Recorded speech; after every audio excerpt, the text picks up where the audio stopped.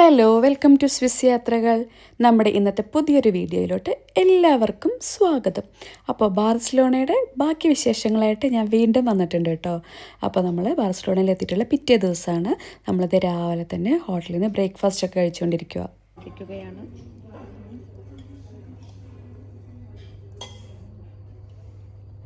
അപ്പോൾ നമ്മൾ താമസിക്കുന്ന ഹോട്ടലിൽ തന്നെയുള്ള റെസ്റ്റോറൻ്റാണ് കേട്ടോ ഇത്. അപ്പോൾ നമുക്ക് കോംപ്ലിമെൻ്ററി ബ്രേക്ക്ഫാസ്റ്റ് ഉണ്ട്. അപ്പോൾ നമ്മൾ ബ്രേക്ക്ഫാസ്റ്റ് കഴിച്ചുകൊണ്ടിരിക്കുകയാണ് കേട്ടോ. നമ്മൾ രാവിലെ നേരത്തെ വന്നേക്കുക. നമുക്ക് കുറച്ച് ഒരു ഹാഫ് ആൻ അവർ ട്രാവലിംഗ് ഉണ്ട് നമുക്കിന്ന് വിസിറ്റ് ചെയ്യാനുള്ള സ്ഥലത്തോട്ട്. ഇന്നത്തെ കറക്കത്തിന് വേണ്ടി ഇറങ്ങിയിരിക്കുകയാണ്. നമ്മൾ പബ്ലിക് ട്രാൻസ്പോർട്ടാണ് കേട്ടോ യൂസ് ചെയ്യുന്നത്. അപ്പോൾ നമ്മൾ ബസ്സിൽ കയറിയിട്ടുണ്ട്. കാണിച്ചു തരാം. നമ്മൾ ഈ ടിക്കറ്റാണ് കേട്ടോ എടുത്തിരിക്കുന്നത്. അപ്പോൾ ഇത് നമ്മൾ എടുക്കുകയാണെങ്കിൽ നമുക്ക് 10 റൈഡ് കിട്ടും. 10 റൈഡ് കിട്ടും. ഈ ടിക്കറ്റ് എടുക്കുകയാണെങ്കിൽ 11 യൂറോ ആണ് 10 റൈഡിന് നമ്മൾ എടുക്കേണ്ട. ബസ്സാണ് കേട്ടോ അത്. ആൾക്കാരൊന്നും നല്ലത്. നമുക്കപ്പോൾ ഒരു 10 ട്രാവലൊക്കെയാണ് ഉള്ളതെന്ന് വെച്ചാൽ ഇത് എടുക്കുമായിരിക്കും കേട്ടോ നമുക്ക് കുറച്ചും കൂടെ നല്ലത് ഈ ടിക്കറ്റ് എടുക്കുവാണെങ്കിൽ. അപ്പോൾ നമ്മൾ ഇന്ന് നല്ലൊരു മഴയുള്ള ദിവസമാണ് കേട്ടോ. ഇതിന് മുമ്പത്തെ വീഡിയോയിൽ ഞാൻ ഈ സ്ട്രീറ്റിൻ്റെ ഒരു നൈറ്റ് വ്യൂ ഇട്ടിട്ടുണ്ടായിരുന്നു. നല്ലൊരു ബ്യൂട്ടിഫുൾ ആയിട്ടുള്ള വ്യൂ ആണ് കേട്ടോ ഈ ലൈറ്റ്സ് ഒക്കെ ഇട്ടിട്ട്. അപ്പോൾ ഇതിപ്പോൾ മോർണിംഗിലുള്ള ആ ഒരു സ്ട്രീറ്റിൻ്റെ വ്യൂ ആണ് കേട്ടോ നമ്മളിപ്പോൾ കാണുന്നത്. നല്ല മഴയുണ്ട് ഇന്നത്തെ ദിവസം. അപ്പോൾ നമ്മൾ എന്താണേലും പോകാൻ വേണ്ടി റെഡിയായി നിൽക്കുവാണ്. ബസ്സിൽ നമ്മളിപ്പോൾ കയറിയിട്ടുണ്ട് കേട്ടോ. അപ്പോൾ ഈ ബിൽഡിങ് കണ്ടോ, ഈ ബിൽഡിങ്ങിൻ്റെ ലെഫ്റ്റ് സൈഡ് നിങ്ങൾ നോക്കുമ്പോൾ ഒരു കൂർപ്പിച്ച ഭാഗമില്ല, ഇങ്ങനെ വളഞ്ഞിട്ടാണ് ആ ബിൽഡിംഗ് ഉള്ളത്. ആ ഒരു ബിൽഡിങ്ങിൻ്റെ എൻഡാണ് കേട്ടോ ഞാൻ പറയുന്നത്. അപ്പോൾ ഇവിടുത്തെ ഈ ബാർസലോണയിലുള്ള എല്ലാ ബിൽഡിങ്സും ഇങ്ങനെ തന്നെയാണ് ഇവർ ഉണ്ടാക്കിയിരിക്കുന്നത്. ആ ഒരു ബിൽഡിങ്ങിൻ്റെ ഒരു സൈഡ് വരുമ്പോഴത്തേക്കും, കോർണർ വരുമ്പോഴത്തേക്കും ആ ഒരു കൂർപ്പിച്ച് നിൽക്കുന്ന ആ ഒരു ഭാഗം ഇല്ല.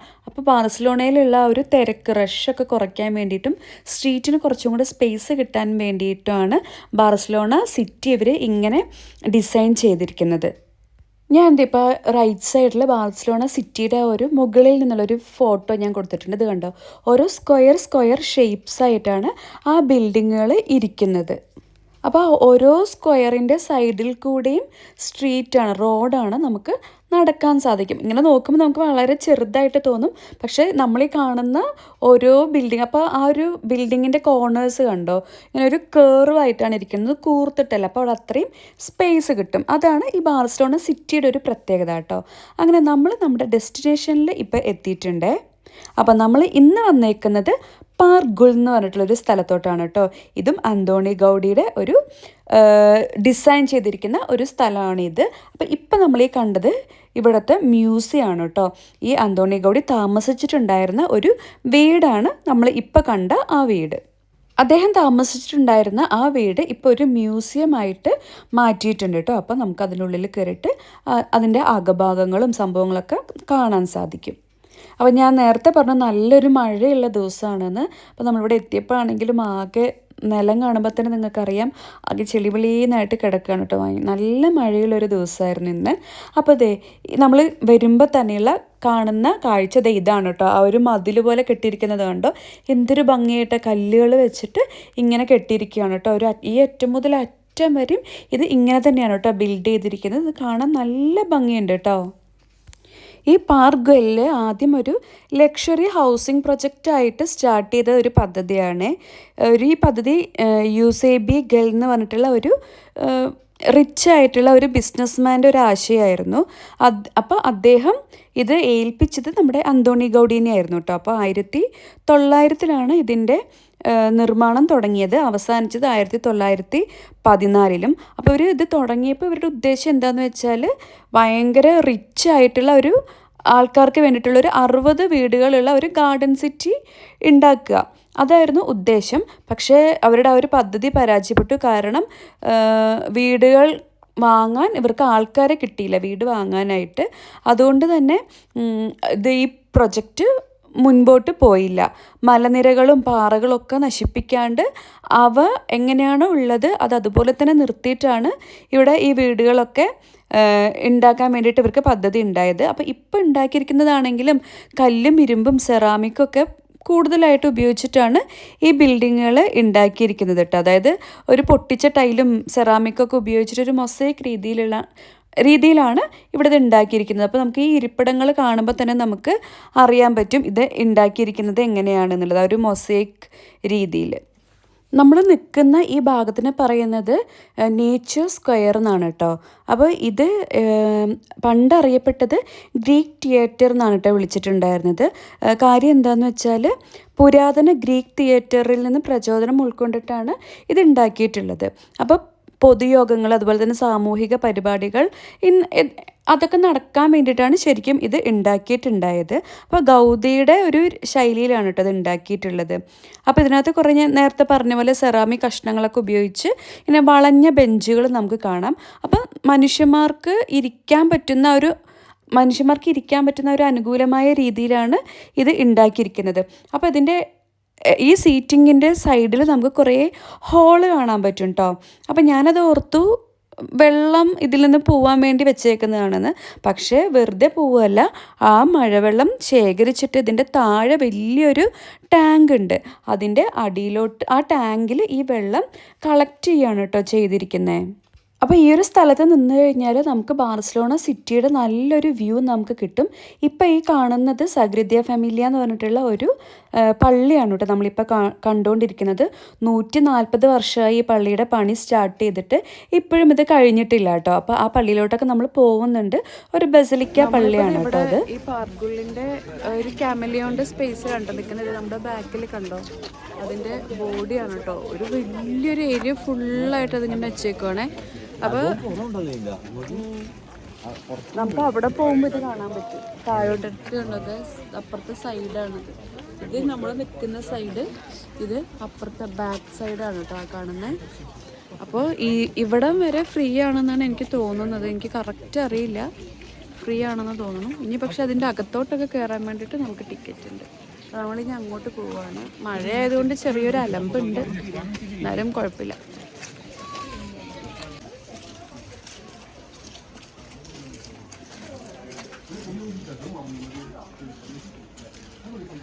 നമ്മളങ്ങനെ നേച്ചർ സ്ക്വയറിൽ നിന്നും താഴോട്ട് സ്റ്റെപ്സ് ഉണ്ട് കേട്ടോ. ആ സ്റ്റെപ്പുകൾ ഇറങ്ങുമ്പോഴത്തേക്കും ഇത് കണ്ട് ഇങ്ങനെ കല്ല് വിരിച്ചിട്ടുള്ള സ്റ്റെപ്പുകളാണ്. അത് ഇറങ്ങുമ്പോൾ നമുക്ക് നമ്മുടെ റൈറ്റ് സൈഡിലായിട്ട് കാണുന്നത് ഈ സംഭവമാണ് കേട്ടോ. ഇതിൻ്റെ പേര് ലോണ്ട്രി റൂം പോർട്ടിക്കോ എന്നാണ് കേട്ടോ. അപ്പോൾ ഇതിൻ്റെ ഈ ഒരു നിർമ്മാണ ശൈലി തന്നെയാണ് ഇതിൻ്റെ പ്രത്യേകത. അപ്പോൾ ഇതിൻ്റെ ഉദ്ദേശം എന്താണെന്ന് വെച്ചാൽ പാർക്കിൽ താമസക്കാരായിട്ടുള്ള സ്ത്രീകൾക്ക് വസ്ത്രങ്ങൾ കഴുകാൻ പോകാൻ വേണ്ടിയിട്ടുള്ളൊരു വഴിയായിട്ട് ഉപയോഗിച്ചിരുന്നു. അതിനാലാണ് ലോണ്ട്രി എന്നുള്ള പേര് വന്നത് എന്നാണ് കേട്ടോ പറയപ്പെടുന്നത്. അതെത്രത്തോളം സത്യമാണെന്ന് എനിക്കറിയില്ല. അപ്പോൾ ഇതിൻ്റെ ആ ഒരു തൂണുകൾ കണ്ടോ, സ്ട്രെയിറ്റ് ആയിട്ടുള്ള തൂണല്ല, ഒരു ഇങ്ങനെ ചെരിഞ്ഞ് നിൽക്കുന്ന ടൈപ്പിലാണ് ഇതിൻ്റെ ആ ഒരു തൂണ് ഉള്ളത് കേട്ടോ. അപ്പോൾ ഇത് പ്രകൃതിയിലുള്ള മരത്തിനെ അനുകരിക്കാൻ വേണ്ടിയിട്ടാണ് ഗൗഡി ഇങ്ങനെ രൂപകൽപ്പന ചെയ്തു എന്നാണ് കേട്ടോ പറയപ്പെടുന്നത്. തൂണുകൾ മരത്തിൻ്റെ തണ്ട് പോലെ നമുക്ക് തോന്നും നിൽക്കുന്നത് കാണുമ്പോൾ, ഇങ്ങനെ വളഞ്ഞിട്ട്. അതുപോലെ തന്നെ ഇതിൻ്റെ റൂഫ് ഉള്ളത് നാച്ചുറൽ ആയിട്ടുള്ള പാറകൾ കൊണ്ടാണ് ഇതിൻ്റെ ആ ഒരു റൂഫ് അവർ നിർമ്മിച്ചിട്ടുള്ളത്. ശരിക്കും നമുക്കിതിൻ്റെ ഉള്ളിൽ കൂടെ നടക്കുമ്പോൾ ഉണ്ടല്ലോ, ഒരു നാച്ചുറൽ ആയിട്ടുള്ള ഒരു ഗുഹയുടെ ഉള്ളിലൂടെ നമ്മൾ നടക്കുന്ന ഒരു ഫീല് നമുക്ക് കിട്ടും കേട്ടോ.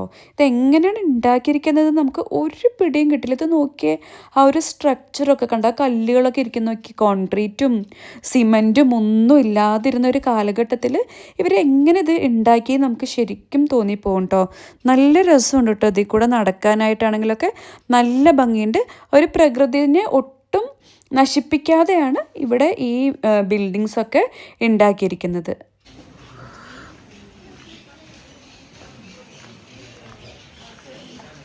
അടിപൊളി സ്ഥലമാണ് കേട്ടോ. നോക്കി ആ തൂണുകൾ കണ്ടോ ബാക്കിൽ, എന്ത് രസമാണ് നോക്കിയത്, സൂപ്പർ. ഞാനും മാച്ചിങ് ആണ് കേട്ടോ.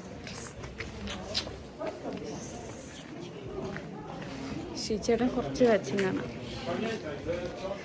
പിന്നെ ഇവിടെ ഇങ്ങനെ ഫോട്ടോ സെഷനൊക്കെ നടക്കുന്നുണ്ട് കേട്ടോ. അപ്പോൾ നമ്മൾ നേരത്തെ ഒരു ഗുഹ പോലത്തെ ഒരു ഏരിയ കൂടെ നടന്നില്ലേ, അതിൻ്റെ മേൽഭാഗത്ത് കൂടെയാണ് നമ്മൾ ഇപ്പോൾ നടന്നുകൊണ്ടിരിക്കുന്നത് കേട്ടോ. അപ്പോൾ ശരിക്കും എങ്ങനെ ഇവർ ഉണ്ടാക്കിയെന്നുള്ളത് നമുക്ക് ശരിക്കും അത്ഭുതം തോന്നുന്നുണ്ട്. ഇത് കണ്ടോ ഒരു മതിൽ പോലെയുള്ളത്, അത് നമ്മൾ ഇതിൻ്റെ താഴ്ഭാഗത്ത് കൂടെയാണ് നമ്മൾ നേരത്തെ ആ ഒരു ഗുഹയുടെ ഏരിയ നടന്നത് കേട്ടോ. ഭയങ്കര എന്താ പറയുക, ശരിക്കും അത്ഭുതപ്പെടുത്തുന്ന ആ ഒരു രീതിയിലാണ് കേട്ടോ ഇതൊക്കെ ഉണ്ടാക്കി വെച്ചിരിക്കുന്നത് ഇവർ.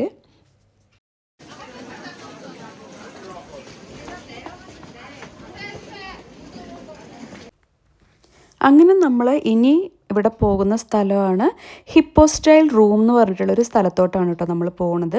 നമ്മൾ നേരത്തെ നേച്ചർ സ്ക്വയർ കണ്ടല്ലോ, അതിൻ്റെ താഴെയാണ് ഈ ഹൈപ്പോസ്റ്റൈൽ റൂം എന്ന് പറഞ്ഞിട്ടുള്ള ഈ റൂമുള്ളത്. അപ്പോൾ നമ്മുടെ ഗൗതിയുടെ എന്താ പറയുക, ആർട്ടും എൻജിനീയറിങ്ങും എല്ലാം കറക്റ്റ് സൂപ്പറായിട്ട് കാണാൻ പറ്റുന്ന ഒരു സ്ഥലമാണ് കേട്ടോ ഇത്. അപ്പോൾ ഈ ഹൈപ്പോസ്റ്റൈൽ റൂം എന്ന് പറഞ്ഞാൽ, ഹൈപ്പോസ്റ്റൈൽ എന്ന് പറയുന്ന വേർഡിൻ്റെ അർത്ഥം തന്നെ തൂണുകൾ കൊണ്ട് താങ്ങി നിർത്തുന്ന ഹാൾ എന്നാണ് കേട്ടോ ആ വേർഡിൻ്റെ അർത്ഥം. അപ്പോൾ ഇവിടെ മൊത്തം 86 തൂണുകളുണ്ട്. ഡോറിക് കോളംസ് എന്നാണ് ഇതിനെ പറയുന്നത്. അപ്പോൾ 86 വലിയ കല്ല് തൂണുകൾ കൊണ്ടാണ് ഈ ഒരു ഹാള് താങ്ങി നിർത്തിയിട്ടുള്ളത് കേട്ടോ. പുരാതന ഗ്രീക്ക് ശൈലിയാണ് ഇത് ഉണ്ടാക്കാൻ വേണ്ടിയിട്ടുള്ള പ്രചോദനം. അപ്പോൾ ഇതിൻ്റെ ഉദ്ദേശം എന്താണെന്ന് വെച്ചാൽ, ഇവിടെ ഹൗസസൊക്കെ വന്നു കഴിയുമ്പോഴത്തേക്കും ഒരു മാർക്കറ്റ് പ്ലേസ് ആയിട്ട് ഉണ്ടാക്കാൻ വേണ്ടിയിട്ടാണ് ഈ ഒരു പ്ലേസ് ഉണ്ടാക്കിയിട്ടുള്ളത്. അതായത് അവിടെ താമസിക്കുന്ന ആൾക്കാർക്ക് ആവശ്യമായിട്ടുള്ള ഭക്ഷണവും ബാക്കി സാധനങ്ങളൊക്കെ വാങ്ങാൻ വേണ്ടിയിട്ടുള്ളൊരു മാർക്കറ്റിന് വേണ്ടിയിട്ടുള്ള ഒരു സ്പേസ് ആയിട്ടാണ് ഈ സ്ഥലം ഉണ്ടാക്കിയിട്ടുള്ളത് കേട്ടോ. അപ്പോൾ ഇതിൻ്റെ പ്രത്യേകത എന്താണെന്ന് വെച്ചാൽ, ഇതിന് മുകളിൽ നേച്ചർ സ്പേസ് ഉണ്ടല്ലോ, അവിടുത്തെ ഒരു സീറ്റിങ്ങിൽ ഹാളിൽ കൂടെ വെള്ളം പുറത്തോട്ട് വരുമെന്ന് പറഞ്ഞില്ലേ, അപ്പോൾ ഈ തൂണുകൾ വഴി ആ വെള്ളം താഴോട്ട് വരും. എന്നിട്ട് ഈ ഹൈപ്പോസ്റ്റൈൽ റൂമിൻ്റെ താഴെയാണ് വലിയൊരു ടാങ്ക് ഉള്ളത്. അപ്പോൾ ഈ തൂണുകൾ വഴിയാണ് വെള്ളം താഴോട്ട് വന്നിട്ട് ഈ ജലസംഭരണിയിൽ എത്തുന്നത് കേട്ടോ. അപ്പോൾ ഈ സിസ്റ്റം ഇപ്പോഴും അവിടെ വർക്ക് ചെയ്യുന്നുണ്ട് കേട്ടോ. വെള്ളം ഇങ്ങനെ വന്നിട്ട് ആ ഒരു ടാങ്കിൽ ആവുന്ന ഒരു സിസ്റ്റം ഇപ്പോഴും അവിടെ വർക്ക് ചെയ്യുന്നുണ്ട്. അപ്പോൾ ഈ ഹിപ്പോസ്റ്റൈൽ റൂമിൽ നിന്നും താഴോട്ട് ഇറങ്ങാനുള്ള വഴിയാണ് കേട്ടോ ഇത്.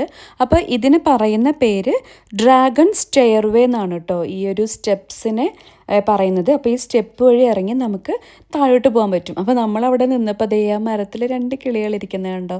തത്തയാണെന്ന് തോന്നുന്നു കേട്ടോ. നല്ല രസമുണ്ട് കാണാനായിട്ട്. 2 പേര് 2 അറ്റത്തായിട്ട് ഇങ്ങനെ ഇരിപ്പുണ്ട്. അപ്പോൾ ദേ ഇതാണ് ഡ്രാഗൺ സ്റ്റെയർവേ എന്ന് പറഞ്ഞിട്ടുള്ള സ്ഥലം. അപ്പോൾ ഇതിനെ EI ഡ്രാഗ് എന്നും സ്പാനിഷിൽ പറയുന്നുണ്ട് കേട്ടോ.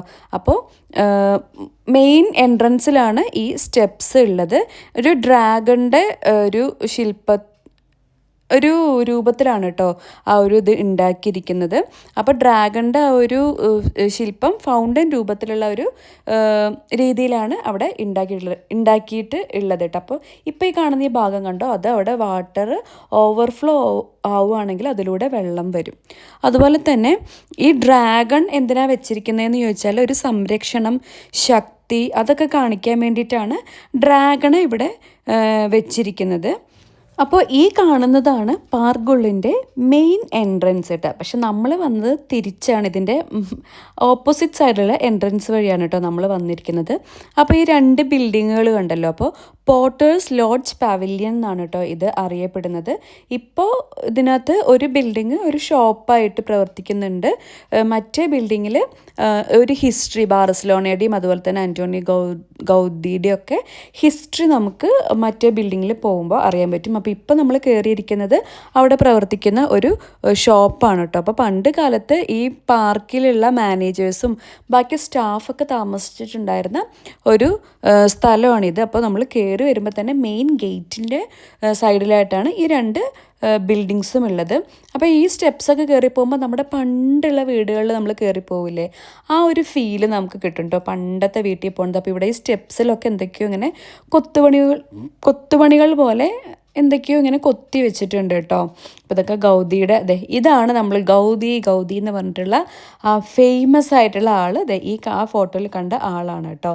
അപ്പോൾ ആ മെയിൻ എൻട്രൻസിൽ നിന്നുള്ള ഒരു വ്യൂ ഇതാണ്. നമ്മുടെ ആ തൂണുകൾ കാണുന്നുണ്ടോ, ആ തൂണ് അതിൻ്റെ മുകളിലാണ് നേച്ചർ സ്ക്വയർ ഉള്ളത്. അപ്പോൾ ഇത്രയും ഭാഗങ്ങളാണ് ഈ പാർഗുള്ളിനകത്ത് നമുക്ക് കാണാൻ വേണ്ടിയിട്ട് ഉള്ളത് കേട്ടോ. എന്താണ് മുസ്സേ, വെള്ളം കിട്ടിയാൽ മതി. നമ്മുടെ ബട്ടൺസ്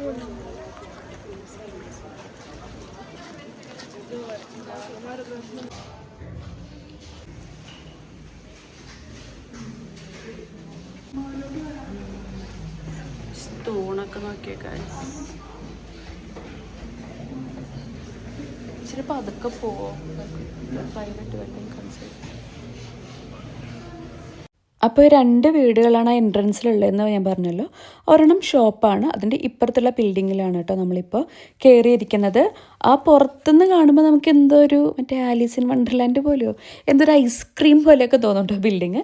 പക്ഷെ അകത്ത് കയറുമ്പോൾ ആ ഒരു ഫീലേ അല്ല കേട്ടോ. ശരിക്കും ഒരു പണ്ടത്തെ ഒരു വീട്ടിൽ നമ്മൾ പോണ ഒരു ഫീൽ, നമ്മുടെ നാട്ടിൽ തന്നെയുള്ള ഒരു വീട്ടിൽ പോയൊരു ഫീല് നമുക്ക് കിട്ടും കേട്ടോ. ഇപ്പോഴത്തെ മോഡേൺ വീടുകളൊക്കെ പോലെയുള്ള ഒരു ഫീല് നമുക്ക് കിട്ടും. അപ്പോൾ കുറേ റൂംസ് ഉണ്ട്, ഇങ്ങനെ കുറേ നിലകളായിട്ടാണ് കേട്ടോ ഈ ഒരു ബിൽഡിങ് ഉണ്ടാക്കിയിരിക്കുന്നത്.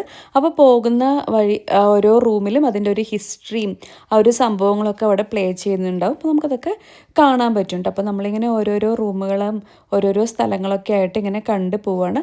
അതുപോലെ തന്നെ ഈ ജനലുകളിൽ നിന്നുള്ള വ്യൂസൊക്കെ നല്ല ഭംഗിയുണ്ട്. നല്ല ഭംഗിയുള്ള വ്യൂസാണ് നമുക്ക് ഈ ജനലിൽ നിന്നും വാതിലിൻ്റെ അവിടെ നിന്നൊക്കെ നോക്കുമ്പോൾ നമുക്ക് കിട്ടുന്നത്.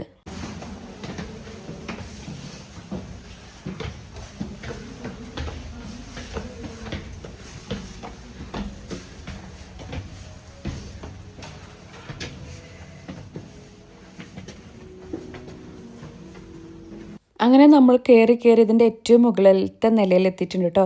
അപ്പോൾ അവിടെ ഈ ഒരു റൂമിൽ അവിടുത്തെ ഇങ്ങനെ ഒരു ഹിസ്റ്ററി അവരിങ്ങനെ ടി വിയിൽ പ്ലേ ചെയ്തുകൊണ്ടിരിക്കുന്നുണ്ട് കേട്ടോ വീഡിയോസ്. അപ്പോൾ ഇത് നോക്കിയ വാട്ടർ റൈഡ്സൊക്കെ നമ്മളൊക്കെ എപ്പോഴല്ലേ നമ്മുടെ കുട്ടിക്കാലത്താണ് നമുക്കൊരു വീഗാലാൻഡൊക്കെ നമ്മൾ കണ്ടു തുടങ്ങിയതൊക്കെ അല്ലേ. അപ്പോഴാണ് നമുക്ക് നാട്ടിൽ അങ്ങനത്തെ ഒരു സംഭവം തന്നെ സ്റ്റാർട്ട് ചെയ്തത്. ഇത് നോക്കി എത്രയോ വർഷം മുമ്പ് ബാർസലോണയിൽ ഈ സംഭവം ഉണ്ടായിരുന്നു. ശരിക്കും നല്ല രസമുണ്ട് കേട്ടോ അത് കാണുമ്പോൾ. നമ്മൾ എത്രയും എന്താ പറയുക മോഡേണായിട്ട് ചിന്തിച്ച് അത്രയും വർഷം മുമ്പ് അങ്ങനത്തെ സംഭവങ്ങളൊക്കെ അവിടെ ഉണ്ടാക്കിയല്ലോ നമുക്ക് കറക്റ്റ് തോന്നിപ്പോവും കേട്ടോ. അപ്പോൾ അതേ നേരത്തെ ഞാൻ പറഞ്ഞില്ലേ സ്ക്വയർ ഷേപ്പിലാണ് ബാർസലോണ സിറ്റി അവർ ഡിസൈൻ ചെയ്തിരിക്കുന്നത്. അപ്പോൾ അതിൻ്റെ ഒരു ഫുള്ളൊരു മാപ്പും നമ്മൾ പോയ സ്ഥലങ്ങളും അതും ഇതൊക്കെ ഇങ്ങനെ നോക്കിക്കൊണ്ടിരിക്കുകയാണ് കേട്ടോ. അവിടെ പോയ പള്ളിയല്ലേ കത്തീഡ്രൽ ഓഫ് ബാർസലോണ, നമ്മൾ ഇന്നലെ പോയ പള്ളി. മറ്റേത് എവിടെ, അത് പണി തുടങ്ങിയിട്ടുണ്ടായില്ലേ അപ്പോൾ സഗ്രത എവിടെ?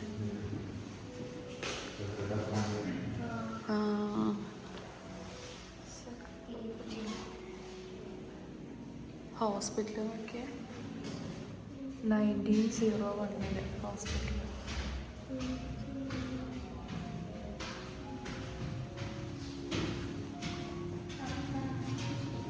നമ്മളങ്ങനെ ഈ ബിൽഡിങ്ങൊക്കെ എക്സ്പ്ലോർ ചെയ്തിട്ട് താഴോട്ട് ഇറങ്ങുകയാണ് കേട്ടോ. അപ്പോൾ താഴോട്ട് ഇറങ്ങിക്കഴിഞ്ഞിട്ട് നമ്മളിങ്ങനെ മുകളിലോട്ട് നോക്കുമ്പോൾ കാണുന്നത് ഈ ഒരു വ്യൂ ആണ്.